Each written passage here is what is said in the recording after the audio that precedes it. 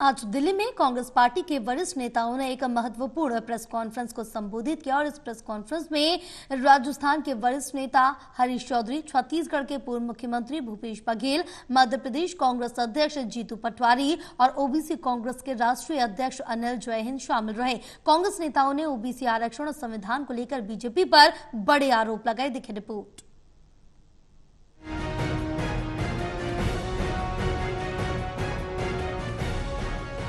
आज दिल्ली कांग्रेस मुख्यालय इंदिरा भवन में आयोजित प्रेस कॉन्फ्रेंस में कांग्रेस नेताओं ने बीजेपी पर जमकर निशाना साधा। इन पार्टी नेताओं ने आरएसएस नेता हासबोले के संविधान पर दिए चर्चित बयान और आरक्षण सहित अन्य मुद्दों पर अपनी बात रखी और बीजेपी पर जोरदार हमला बोला। कांग्रेस नेताओं ने आरोप लगाया कि बीजेपी जानबूझकर ओबीसी को आरक्षण का लाभ देने में देरी करके अपनी आरक्षण विरोधी और पिछड़ा वर्ग विरोधी मानसिकता को उजागर कर रही है। मध्य प्रदेश कांग्रेस अध्यक्ष जीतू पटवारी ने मध्य प्रदेश में बीजेपी सरकार को इस बात के लिए घेरा कि वो अन्य पिछड़ा वर्ग ओबीसी को 27% आरक्षण देने में जानबूझकर देरी कर रही है, जबकि इसके लिए कानून पारित हो चुका है और अदालतों ने भी इसे मंजूरी दे दी। कांग्रेस नेता ने मध्य प्रदेश में ओबीसी के लिए 27% आरक्षण को तत्काल लागू करने की मांग की। प्रेस कॉन्फ्रेंस में कांग्रेस नेता भूपेश बघेल ने केंद्र सरकार की नीतियों को जन विरोधी बताते हुए आर्थिक असमानता, बेरोजगारी और महंगाई जैसे मुद्दे उठाते हुए संविधान और आरक्षण के मुद्दे पर कई सवाल पूछे।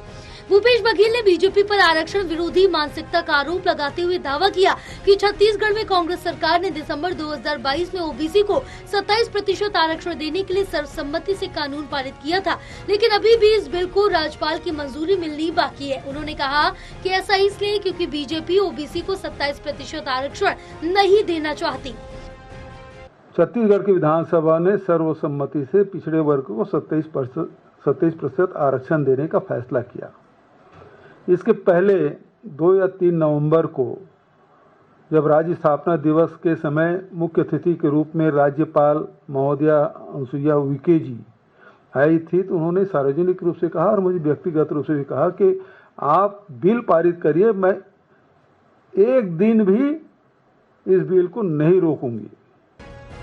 वहीं मध्य प्रदेश कांग्रेस अध्यक्ष जीतू पटवारी ने मध्य प्रदेश में हाल के घटनाक्रमों का जिक्र करते हुए सामाजिक न्याय और संविधान की रक्षा पर जोर दिया। जीतू पटवारी ने कहा है कि कांग्रेस पार्टी संविधान के मूल्यों को बचाने के लिए सड़क से संसद तक संघर्ष करेगी।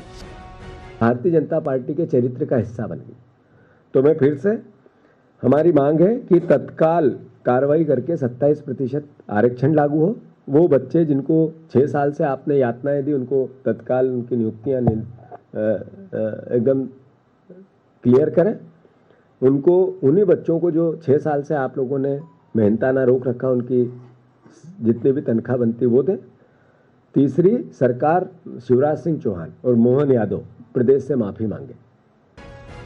मध्य प्रदेश प्रभारी और राजस्थान के नेता हरीश चौधरी ने केंद्र सरकार पर ओबीसी और वंचित वर्गों के अधिकारों की अनदेखी का आरोप लगाया। हरीश चौधरी ने कहा है कि कांग्रेस पार्टी सामाजिक समरसता और समावेशी विकास के लिए प्रतिबद्ध है। चुनाव के संदर्भ में, उस फैसले के संदर्भ में स्टे था कि ये चुनाव है और चुनाव के बाद में इसको लागू किया जाए। चुनाव में भारतीय जनता पार्टी की सरकार बन गई और उस दिन से लेकर 2019 में वापस जब भारतीय जनता पार्टी ने उसको लागू नहीं करवाया, तमाम प्रयासों के बावजूद जो संवैधानिक हक अधिकार था पिछड़ों का मध्य प्रदेश में, वो लागू नहीं हुआ। तो 2019 में वापस जब कांग्रेस की सरकार बनी, कमलनाथ जी के मुख्यमंत्री रहते हुए 27% का आरक्षण का प्रावधान नियमों के अंदर वापस करा। हरीश चौधरी ने कहा है कि ये कांग्रेस सरकार ही थी जिसने मूल रूप से 1994 में ओबीसी को 14% आरक्षण प्रदान किया था। बाद में 2003 में फिर से कांग्रेस सरकार ने ही कोटा बढ़ाकर 27% कर दिया। हालांकि चुनाव के बाद में बीजेपी की सरकार बनी और उसने कभी इस फैसले को लागू नहीं किया। वहीं ओबीसी कांग्रेस के राष्ट्रीय अध्यक्ष अनिल जयहिंद ने भी सामाजिक न्याय और आरक्षण के मुद्दे को प्रमुखता से उठाया। इस देश के जो दलित हैं, पिछड़े हैं, आदिवासी हैं, जो उनको आरक्षण मिलना चाहिए था निजी संस्थानों में, और निजी संस्थान आजकल बहुत महत्वपूर्ण है क्योंकि शिक्षा का निजीकरण हो चुका है, वो आज तक 11 साल से दलितों, पिछड़ों, आदिवासियों के अधिकारों पे ये सरकार कुंडली मार के बैठी हुई है, वो आज तक नहीं मिला। इस प्रेस कॉन्फ्रेंस में विपक्षी एकता पर भी जोर दिया गया। नेताओं ने इंडिया गठबंधन के तहत आगामी बिहार विधानसभा चुनावों में एकजुट होकर बीजेपी को चुनौती देने की बात कही।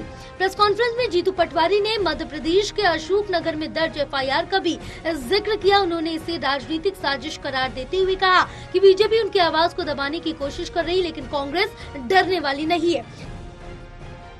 टोटल टीवी के लिए प्रदीप कुमार की रिपोर्ट।